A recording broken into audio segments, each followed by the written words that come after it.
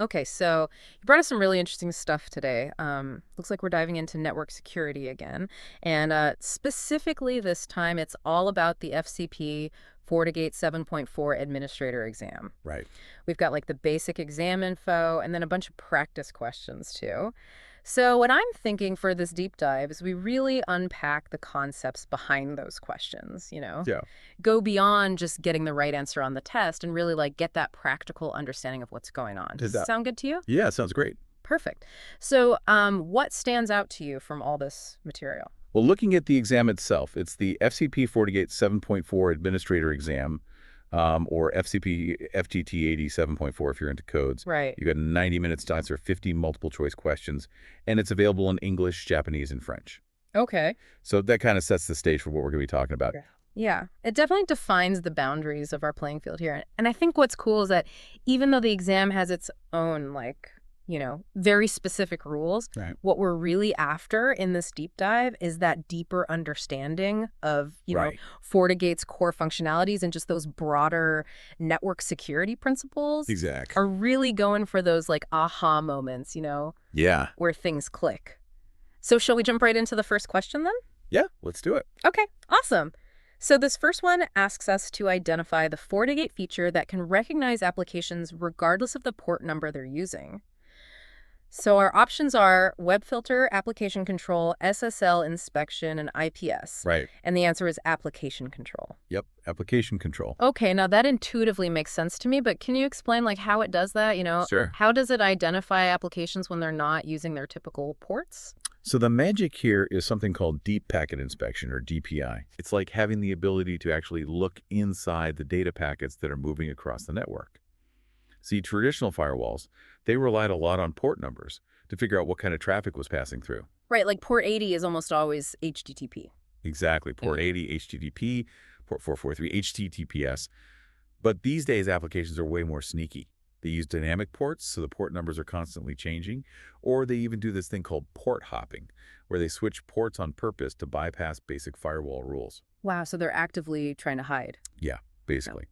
But application control with DPI, it goes a lot deeper. It looks for patterns and signatures within those data packets themselves, things that are unique to each application. Oh, I see. So even if an application is being tricky and using a weird port or hopping around FortiGate, can still recognize it based on what's actually inside those packets. That's really clever. It's a much smarter approach than just checking a port number, which was getting to be a bit outdated with the way applications were evolving. Yeah, it's a really important distinction to make. It's not about the address, which is the port, but about the identity of the traffic, the application itself. Yeah. So what kind of real-world benefits does this level of visibility give you?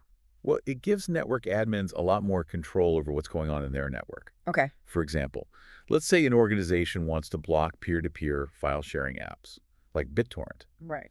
They might want to do that because it eats up bandwidth, or it could be a security risk. They can block it no matter what port it's using. Or, on the other hand, they might want to give priority to business-critical applications to make sure things are running smoothly. Makes sense. Application control lets them do all that at the application level. So it's a performance management tool and a security tool. Right. Very cool. Okay, so moving on to question 2. This one's about the FortiGate security fabric. Okay. What's its main purpose? Right, so the options they give us are centralized management integration with third-party firewalls, enabling dynamic automated security across different network components, or creating encrypted VPN tunnels. The correct answer is enabling dynamic automated security across different network components. Dynamic automated security across different network components. That's a lot to unpack. So in practice, what does that actually look like? So think about this. Instead of having a bunch of separate security products that don't really talk to each other, Right.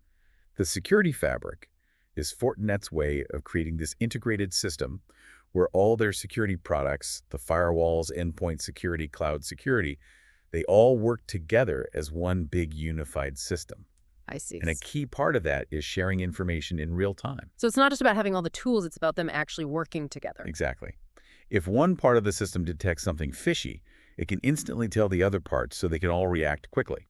For example, if an endpoint finds a suspicious file, the FortiGate can immediately block any traffic related to that threat. Wow, that's impressive. It's much faster and more effective than having everyone work in isolation. Plus, it gives admins one central place to see everything that's going on, which makes managing security a lot easier. Trying to manage a ton of separate tools can get really messy and complicated. Yeah, that makes a lot of sense. I mean, a unified defense is always going to be stronger than a bunch of individual efforts. Right. So question 3 moves us into the realm of actively defending against network attacks. Okay. Which FortiGate component does that job? All right, we've got web filter, antivirus, IPS, and SD-WAN. And the answer is IPS intrusion prevention system. IPS. Okay. I feel like that's a term we hear a lot in security these days. So in simple terms, what's the main job of an IPS in protecting the network? You can think of it like a security guard that's always watching your network traffic. Yeah. It's constantly looking at all the data coming in and going out, looking for anything that looks suspicious or matches a known attack pattern. Okay. It mainly uses what are called signatures, which are like unique fingerprints of known threats to spot and block those attacks as they're happening. So it's got like a database of all the bad guys. Yeah, pretty much. But a good IPS, like the one in FortiGate, it goes beyond just using signatures. Yeah. It also does something called heuristic analysis, which is basically looking for weird behavior or anything out of the ordinary that might be a sign of a new or unknown threat. Oh, so it's not just reacting to known threats, it's also trying to anticipate new ones. Exactly. Yeah. That's crucial for defending against zero-day attacks, which are exploits that haven't been discovered or patched yet. Makes sense. That proactive element is so important in security. It is. Can you give some specific examples of the kinds of attacks an IPS can prevent? Of course. So think about SQL injection, where attackers try to sneak malicious code into a website's database. Or cross-site scripting XSS, where they inject bad scripts into websites to trick users. Right.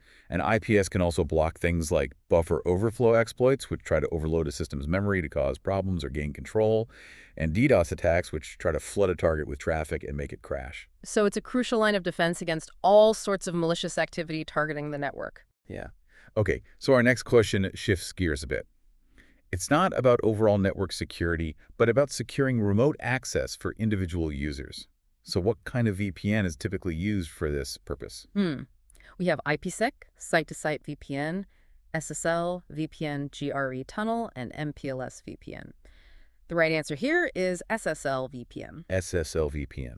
Now, that's something a lot of people who work remotely are probably familiar with. Yeah. Can you explain why it's generally the preferred option for secure remote access? Well, the biggest advantage of SSL VPN is that it's really easy to use and it works almost everywhere. It mainly runs over HTTPS, which is what you use for secure web browsing, and it uses port 443. Right. That port is almost always open, even in really strict network environments. So people working remotely can usually connect without any issues. They can often just use their web browser or a small VPN client. So it's less likely to be blocked by firewalls and stuff like that? Exactly. And as the material mentions, SSL VPN has different modes, full tunnel and split tunnel. With full tunnel, all the user's traffic goes through the VPN to the corporate network. But with split tunnel, only the traffic that's specifically going to the corporate network uses the VPN, while other internet traffic goes straight out to the internet. Interesting. It really depends on how much security overhead you need and what kind of user experience you want to provide. So different strokes for different folks. Right. Okay, question 5 is a bit more technical. It asks about the default port used for FortiGate SSH management. What's that port number? The answer is port 22 SSH, or Secure Shell, is used all over the place to manage network devices remotely, and that includes FortiGate appliances. So by default, a FortiGate will be listening for SSH connections on port 22. Port 22, so that's a pretty standard default for SSH in general. Why is it important for admins to know this, and are there any security implications? Knowing the default port is essential for admins to configure and troubleshoot things. But because it's such a well-known default, it can also be a target for hackers trying to break in. They might use brute force attacks, which is basically just trying to guess the login over and over again. Right. So a good security practice is to change that default SSH port to something less obvious, a non-standard port number. This makes it a lot harder for hackers to even find the SSH service in the first place. I see. It's sometimes called security through obscurity, but it does add an extra layer of protection. Yeah, reducing the obvious targets is always a good idea in security. All right, our next question is about preventing unauthorized access by verifying user identities. So which FortiGate feature handles that? So we have IPS firewall policies, authentication policy, and NAT. The correct answer is authentication policy. Authentication policy. Yeah. Okay, so this is all about making sure the people accessing the network are actually who they say they are. Exactly. An authentication policy on a FortiGate basically sets the rules for how users have to prove their identity before they can access any resources on the network, or even administrative functions on the FortiGate itself. Makes sense. It's like a bouncer at a club checking your ID. I like that analogy. So what are some of the common methods used for this verification? I know the source mentioned a few. Right, so FortiGate can use a local user database, which is stored on the FortiGate itself. But more often, especially in bigger organizations, it'll connect to external authentication servers like LDAP or Radius. Okay. These servers keep all the user credentials in one central place. And for even more security, FortiGate also supports multi-factor authentication, or 2FA. Right, where you need two forms of ID. Exactly, like a password and a code from your phone. This makes it much harder for unauthorized people to get in. That's a great approach. It is. Okay, question 7 focuses on FortiGate's explicit proxy feature. So what's a key benefit of using an explicit proxy? All right, the choices are no client configuration needed, providing user-based access control and content filtering for web traffic, automatic encryption of all internet traffic, and functioning only with Fortinet endpoint solutions. The answer is providing user-based access control and content filtering for web traffic. Explicit proxy. Yeah. Even the name suggests that it's a more deliberate way of managing web traffic. Yeah. So how is it different from other proxies, and why is user-based control such a big deal? So the main difference is that with an explicit proxy, the client devices like your computer or your web browser, they have to be specifically configured to send their traffic to the FortiGate, which is acting as the proxy. Oh, I see. It's different from a transparent proxy, which intercepts and redirects traffic without the client knowing about it. Right. Because of this explicit setup, the FortiGate knows exactly who is making each web request. Okay. So admins can set up really detailed rules. They can filter web content, block specific websites, or even whole categories of websites. And they can control internet use based on the user's actual identity, not just their IP address. That makes sense. It's super useful for enforcing company policies, making sure people are following the rules and keeping detailed logs of who's doing what online. So it's a powerful tool for both security and management. Definitely. All right, question 8 takes us into the world of routing. Which dynamic routing protocol is commonly used on FortiGate devices, particularly in larger network environments? So the options are RIP, EIGRP, BGP, and DHCP. The right answer is BGP, Border Gateway Protocol. BGP. Now, we often hear about that protocol when we talk about the internet's infrastructure. Yeah. Why is it so widely used, especially in the kinds of environments where a FortiGate is likely to be deployed? Well, BGP is really good at handling routing decisions in huge, complex networks. Like think the internet itself or big corporate WANs. Right. FortiGate support for BGP is especially important for organizations that have multiple connections to the internet, what's called multi-homing. BGP allows them to automatically choose the best paths for their traffic, which provides redundancy. If one connection goes down, the traffic can be rerouted automatically. And BGP is also the standard routing protocol used by ISPs to exchange information. Oh, I see. So if an organization has complex connections with cloud providers or needs to interact with the global internet, BGP is essential. So it's all about scalability, resilience, and making smart routing choices in really complex networks. Yeah, that's a good way to put it. Okay, 2 more questions to go. Question 9 is about protection against threats that come through email. So which FortiGate feature is specifically designed to block those malicious email attachments? Let's see, we've got web filter, IPS, antivirus, and application control. The correct answer is antivirus. Antivirus, Yeah. a classic for protecting against malware. So how does the FortiGate antivirus feature actually work against malicious email attachments? So the FortiGate antivirus engine is built to scan both incoming and outgoing email attachments for any known malicious software like viruses, worms, ransomware, that kind of thing. It uses a database of virus signatures that's constantly updated to identify those threats. But on top of that, it also uses heuristic analysis to look for suspicious code or behavior that might point to a new unknown virus. By working with email protocols, the FortiGate can stop users from downloading or sending infected files, which is really important for preventing phishing attacks and other nasty stuff from getting into the network. So it's a crucial part of a comprehensive email security strategy. Absolutely. Email is still one of the main ways attackers try to get in. Right. Okay, our last question brings us back to the core function of a firewall. What's the purpose of FortiGate's session-based firewall policy mode? Right, so our options are allowing traffic based on individual packet rules, tracking stateful connections to ensure secure session handling, preventing any inbound connections, and disabling NAT for all traffic. The correct answer is tracking stateful connections to ensure secure session handling. Stateful connections. That's a big one that sets modern firewalls apart from older ones. How does keeping track of these sessions make the network more secure? So with session-based or stateful firewall policies, the FortiGate isn't just looking at each packet by itself. It keeps a running list of all the active connections that are going through the firewall. It remembers the conversations. Right. When a new connection starts and the firewall policy allows it, the FortiGate remembers all the important details, like the source and destination IP, addresses the ports, the protocol being used. Okay.